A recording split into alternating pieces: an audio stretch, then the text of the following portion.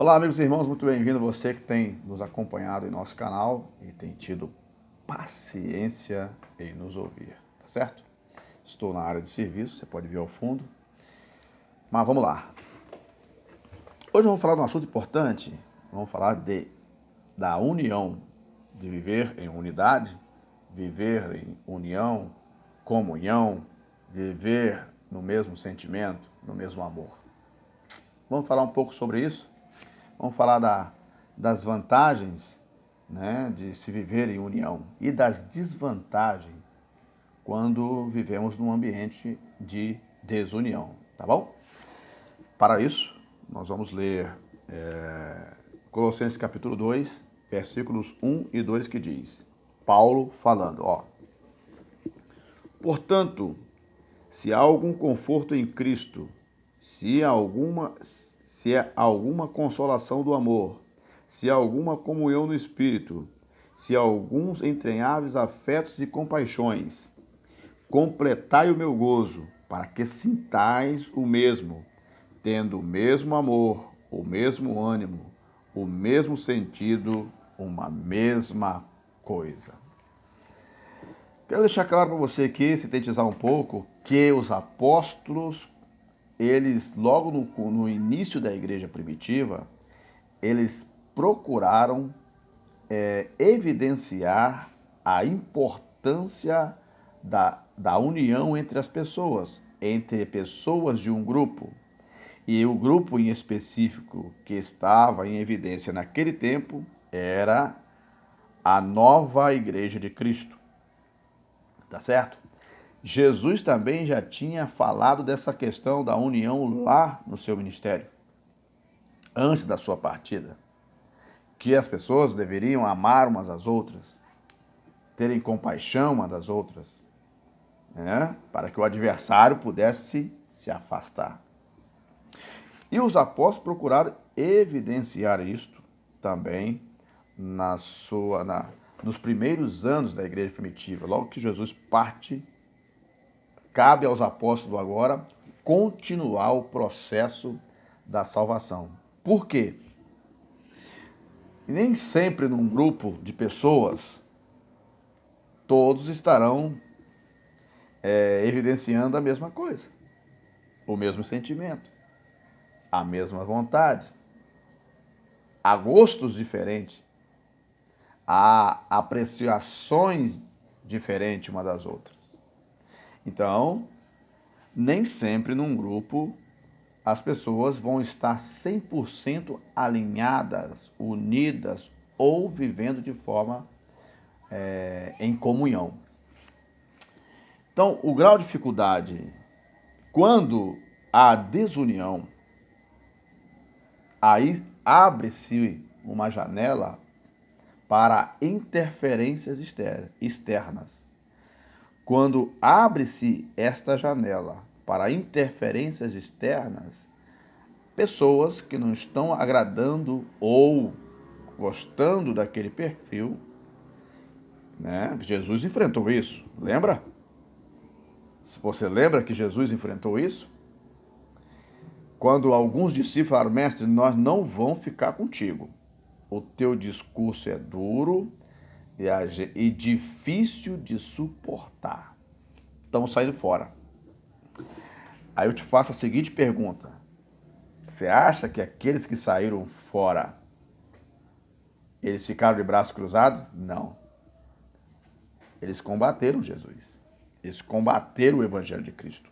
Eles combateram a Igreja de Cristo. E surgiram muitas outras igrejas em paralelo à Igreja de Cristo.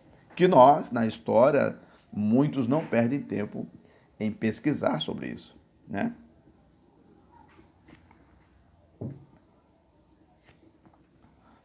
Quando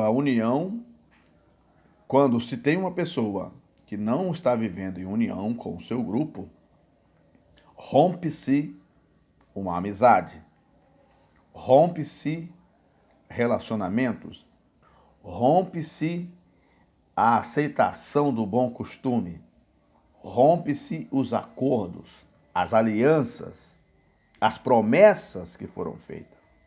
Isso tudo é deixado de lado.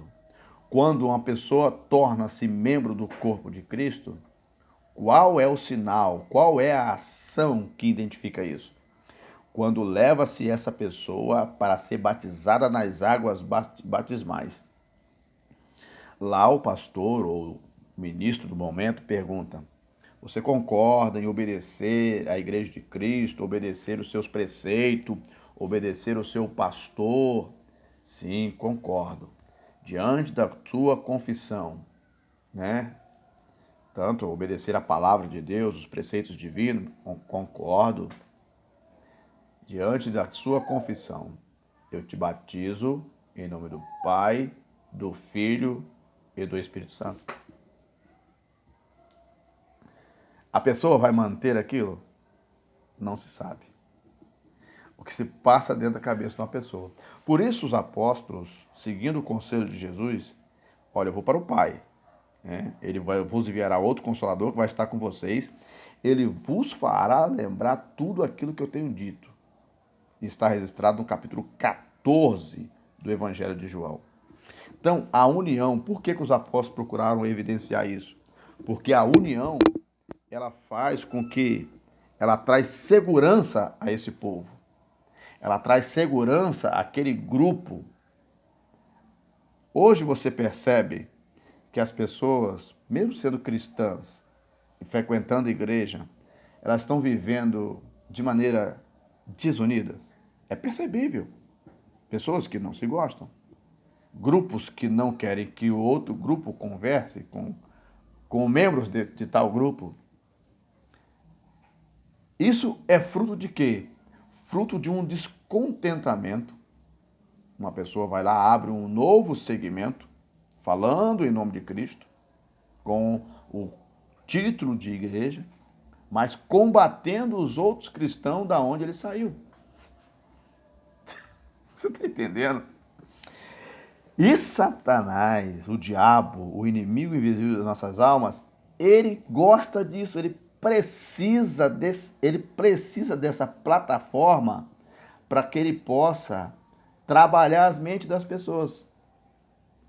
Enquanto os cristãos brigam entre si, não se falam, se dividem, se fragmentam, melhor para o diabo conseguir colocar o seu plano em evidência.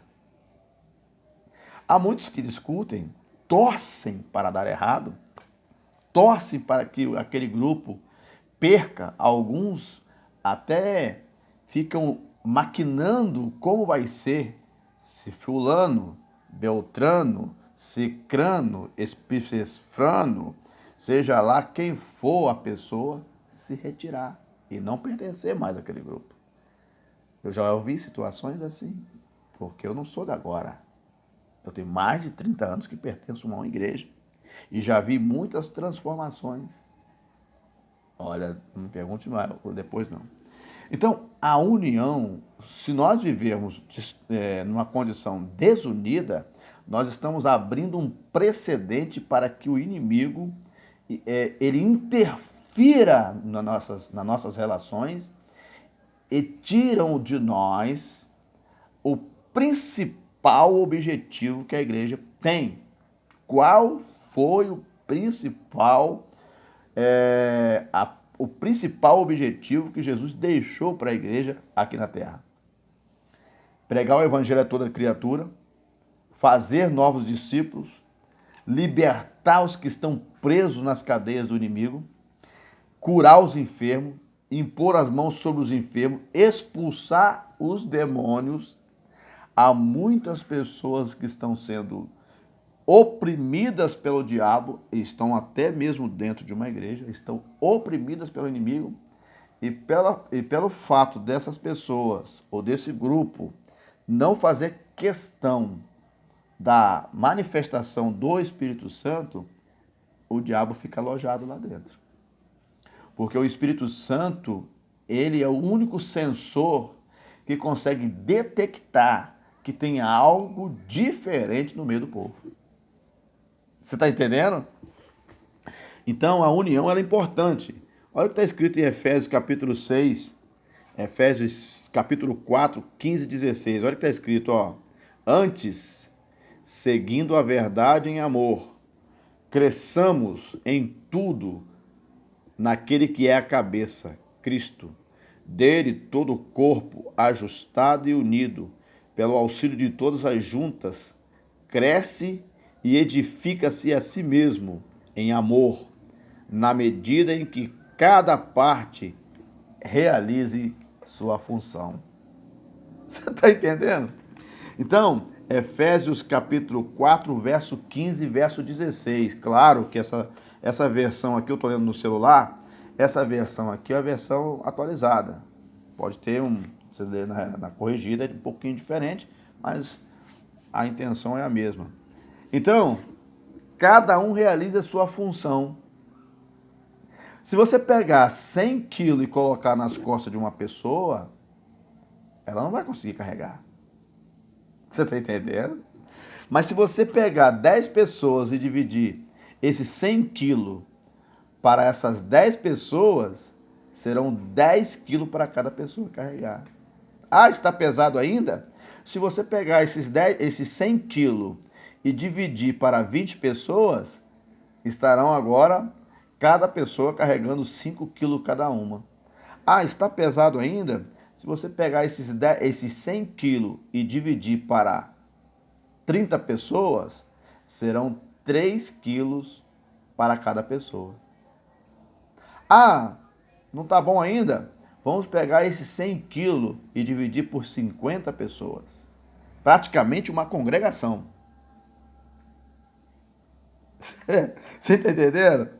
Olha só a importância da unidade na vida das pessoas.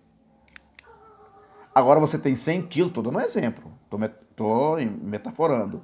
Estou dando um exemplo. Certo?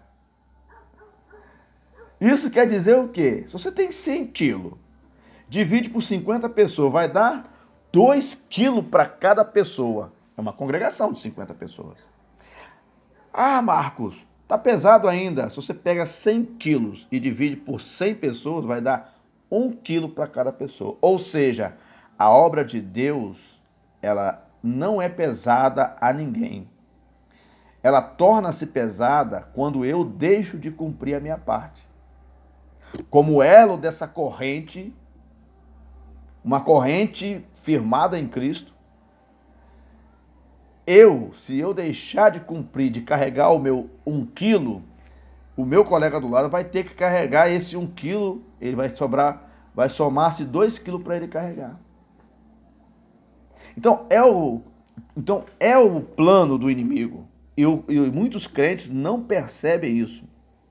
É o plano do inimigo em não querer que os filhos de Deus vivam unidos.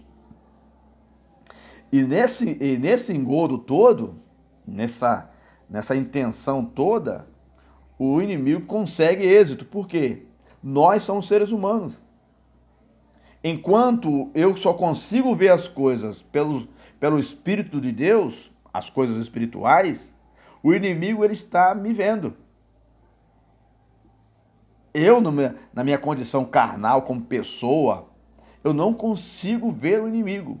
Eu preciso agora do Espírito Santo. Mas como que eu vou ter o Espírito Santo, o auxílio do Espírito Santo, se eu não o busco, se eu não cumpro as exigências que a palavra de Deus me colocam para que eu receba a atenção do Espírito Santo, para que eu possa ser esclarecido das coisas que o inimigo está intentando contra mim e contra o grupo a qual eu pertenço. E Satanás, ele sabe disso. Você que perde seu tempo, você perde seu tempo com pouca coisa. Você perde o seu tempo, talvez, por uma oportunidade que você não ganhou, que você achou que talvez o dirigente foi injusto com você. Você fica triste. O inimigo vê isso e quer trabalhar sua mente para combater aquele irmão. É simples o inimigo ele faz com que nós nos dividamos, ou dividimos, nós nos dividimos por simples coisa, por bobagem. Você está entendendo? Oh, Deus amado. Então, nós precisamos prestar atenção nisso.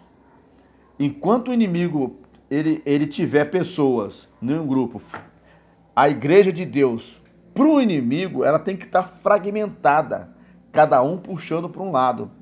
Se cada um estiver puxando para um determinado lado, não vai haver sintonia. Então todos ficarão dispersos pelo caminho e não encontrarão o direcionamento para o céu. É isso que o inimigo quer. E muitos, desculpe aqui, muitas igrejas estão vivendo isso. Não todas as pessoas de uma igreja, algumas delas. Só que essas algumas, elas acabam minando as outras. E dificulta a pregação do evangelho. Porque lá na comunidade, na cidade, nos bancos das praças, se discute sobre nós. Olha lá, os crentes estão batendo cabeça. Olha lá, aquele lá, ó, ele dividiu. Olha lá, abriu outra portinha ali, ó. Aí os próprios ímpios discutem, olha lá. Ele falou que não precisa daquela bobagem toda da outra igreja. Que pode ir para a igreja dele do jeito que tiver, até pelado, que não tem problema. Não tem ordem, não tem preceito, não tem princípio, não tem ordenança, não tem observância nos preceitos de Deus. É isso que Satanás quer, tá certo? Então, é a importância da unidade. Por isso que os apóstolos, eles trabalharam fielmente, né? Eles trabalharam fielmente essa questão da unidade. É importante isso. Outra, porque aqui, ó, você falando em Efésios capítulo 4, 15, esse texto aqui, ele diz que nós precisamos crescer juntos. O desempenho do meu amigo me abençoa. O meu desempenho abençoa o meu amigo. Mas, se no nosso meio tiver o espírito faccioso, é aquele espírito que divide, se eu aceitar esse mal na minha vida, eu vou combater contra os meus irmãos. Eu vou combater contra a doutrina bíblica. Eu vou combater contra a palavra. Assim como Lúcifer, quando Deus, o arcanjo Miguel, o expulsa do céu, Lúcifer, ele atrai com ele, traz junto com ele a terça parte dos anjos do céu. Está na Bíblia. Aí você pensa uma coisa, nós que somos mortais, sujeitos a todo tipo de vaidade, você acha que não vão ficar isento disso? Você acha que quando alguém quer deixar o grupo da igreja, ele quer sair sozinho? Não, ele quer levar mais gente. Tá entendendo? Ó, então, segundo a leitura de Efésios, capítulo 4, verso 15 e 16, quando nós observamos isso, nós se preocupamos em crescer junto. O bem comum que é para mim, é para o meu irmão. Você tá entendendo? O que eu li antes? Antes, seguindo a verdade em amor, cresçamos em tudo naquele que é a cabeça, Cristo. Dele, todo o corpo, ajustado e unido pelo auxílio de todas as juntas, cresce e edifica-se a si mesmo, em amor, na medida em que cada um realiza a sua função. Já na segunda situação, nós temos a convivência com as experiências que nós passamos a viver por intermédio da unidade do corpo, que está registrado em 1 Coríntios capítulo 12, verso 26. O que está escrito? Quando um membro sofre, todos os outros sofrem com ele. Quando um membro é honrado, todos os outros se alegram com ele. Olha que coisa bonita. Olha que essência. Quando alguém é abençoado, todo o grupo se sente abençoado. Mas você já percebeu que tem alguns que quando um é abençoado, tem aquele ressentimento, que não gostou.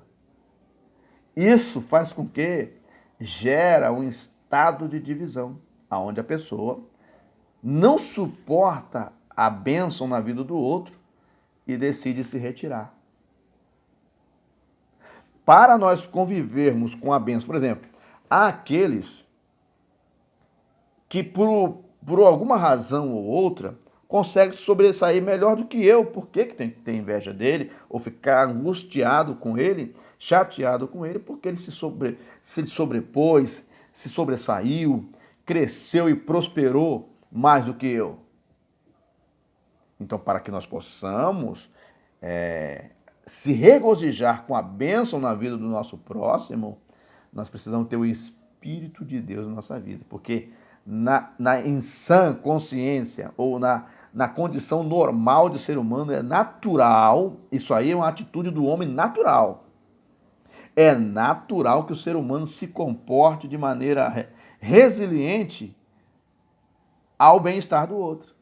Mas quando o grupo é unido, se o menor lá for abençoado, nós vamos ficar rindo à toa, vamos até chorar de alegria quando o nosso irmão for abençoado. Você sabe quando eu vejo algum irmão que estava lá na lona e de repente ele é abençoado, ele cresce, você sabe que eu até choro de alegria de ver o mover de Deus na vida daquela pessoa. Você está entendendo? Então, os benefícios da unidade do corpo de Cristo, das pessoas que estão em torno do corpo de Cristo, ele é plausível e digno de salvação. Vamos mais à frente um pouquinho, quer ver? Ó. E juntos nós vamos testemunhar do amor de Deus. Olha só, em João 17, 22, 23. Dei-lhe a glória que me deste, para que eles sejam um. Olha só como é que Cristo falou. Dei-lhes a glória que me deste, para que eles sejam um, assim como nós somos um. Jesus conversando com o Pai. Ó, eu neles e tu em mim, que eles sejam levados à plena unidade, para que o mundo saiba que tu me enviastes e os amaste como igualmente me amaste. Olha que coisa linda. Jesus ele estava aqui dividindo o amor do Pai conosco. Que coisa linda! Então, já pensou? Você está ali num grupo de pessoas que não divide a bênção de Deus com ninguém? Só ele que tem que receber o Espírito Santo, só ele que tem que ter visão, só ele que tem que ter revelação, só ele que sabe falar, só ele que entende da situação. Não ouve ninguém, não dá atenção para ninguém, não aceita a correção, não se reconhece quando erra, né? Você sabe o que eu estou tomando aqui? Água com limão. Não por nada, por poder falar melhor, não. Pro estômago, é ótimo. De vez em quando você toma um suco de limão aqui, sem açúcar. Faz bem para a limpeza do organismo. Bom,